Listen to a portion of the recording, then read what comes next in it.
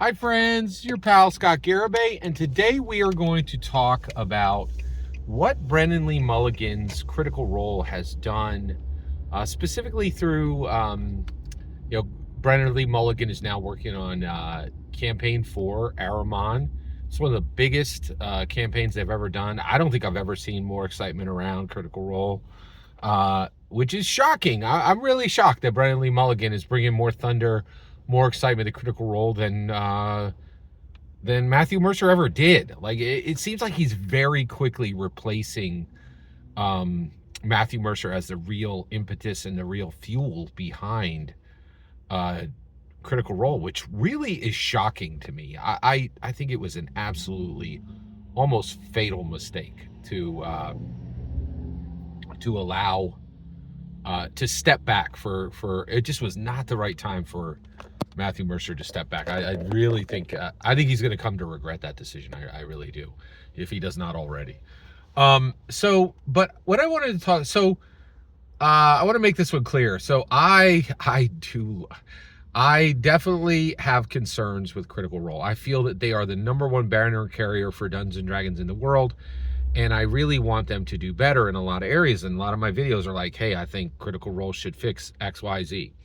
In this video, I want to talk about what Critical Role has done to massively benefit the Dungeons and Dragons community in a way that really is unprecedented. We've never seen anything like this. It really is an extremely powerful, important aspect of what Dungeons and Dragons has done. So Matthew Mercer and Brennan Lee Mulligan come forward. They do 4 campaigns, right? They do Vox Machina, Mighty Nine, and Bell's Hells, and now Araman, right? And what's really fascinating is they created these stories, okay? Let's put that on a shelf there. All right, so recently I have been watching the Sopranos story, the show that originally was on HBO with James Gandolfini. And I've been watching these slice stories. I've never seen anything like this. So they're on YouTube, and like what they do is like Hesh Rabick. Okay, so Hesh Rabick is a specific character in the Sopranos. And so somebody did a slice story on him. They're like, hey, here's Hesh Rabick in the Sopranos. And then they go through the entire Sopranos and they cut out like 30 seconds up to 90 seconds, these parts of the Soprano story, and they just put them back to back, right? And it's a supercut. It's like an edit, right? And it's just Hesh Rabick, all his best moments through Sopranos.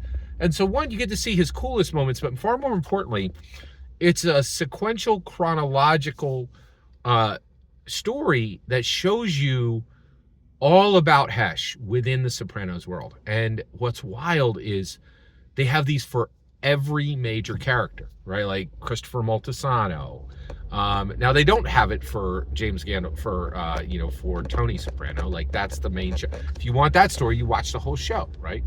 But if you want these other characters, like Richie Aprile, right? Or Jackie Jr., Richie Aprile's son, you can watch these cuts, right? And they sweep through and they just show you this character in the Sopranos tale, and it's just like a highlight of them, a chronological highlight of what they did. And you can see it all the way from their start all the way to their death through like 8 seasons, whatever the Sopranos had, right? It's astonishing, right? What really blew me away was, so James Gandolfini and the directors of The Sopranos and the writers, they create the story. But increasingly, what is fascinating to me is the creators of a story are not the best people to tell that story, right? And we're starting to see this in a lot of places where people take the original story, they cut it up, and they present it in a different way, a better way, right?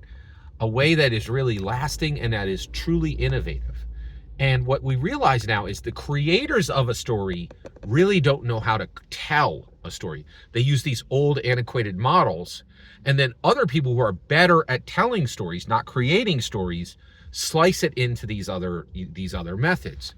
And that's where we get to Critical Role. So what Critical Role has done is we've had literally 1,000+ epic campaigns played in D&D, and they're lost. They're just absolutely lost in time. Nobody knows them. Nobody cares. Many of them were Gary Gygax's. Dave Arneson ran some stuff. There have been creators who have run stuff. There's table champions who have run stuff, and their stories just, they blow away in the wind. They're nothing. They're sand. They're vapor. They're mist. They're lost, right? But that stopped with Critical Role. That stopped with Matthew Mercer and with Brennan Lee Mulligan. And these guys have created stories so powerful that others are coming back and saying, we need to retell these. And so these stories have been captured, right? They've been captured in YouTube recaps. They've been captured in a wiki, right? Like in the Critical Role wiki.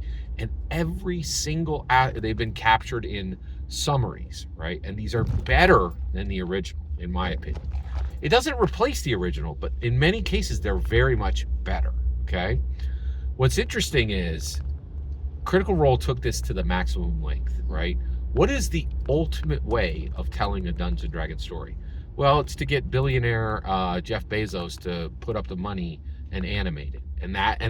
And Vox Machina, 5 seasons of Vox Machina, is the best presentation of a Dungeons & Dragons campaign that has ever been done. Nothing that has ever been done is better. And Critical Role delivered that. They delivered that by making a story that's so dramatic, so dynamic, so compelling that it has set a new bar for how a Dungeons & Dragons story is told. Ultimately. Every single word you just heard in this video is my humble opinion. Nothing more, nothing less. The important part is when I get to hear your humble opinion. When you get in the comments and send your traffic. Please consider subscribing and have a fetch millennium.